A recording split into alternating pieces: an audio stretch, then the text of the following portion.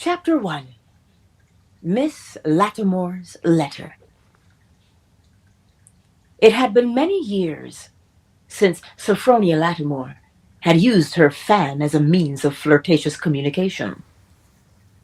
As a poor relation of 28, she was now too firmly ensconced amongst the chaperons to try to attract a gentleman's attention. But if one had noticed the frantic waving of her fan, he could have no doubt of the message it was sending. Sophie was desperately overheated, and she was not the only lady so afflicted. Odors of perfume and perspiration mingled in the warm air, causing Sophie to feel so stifled.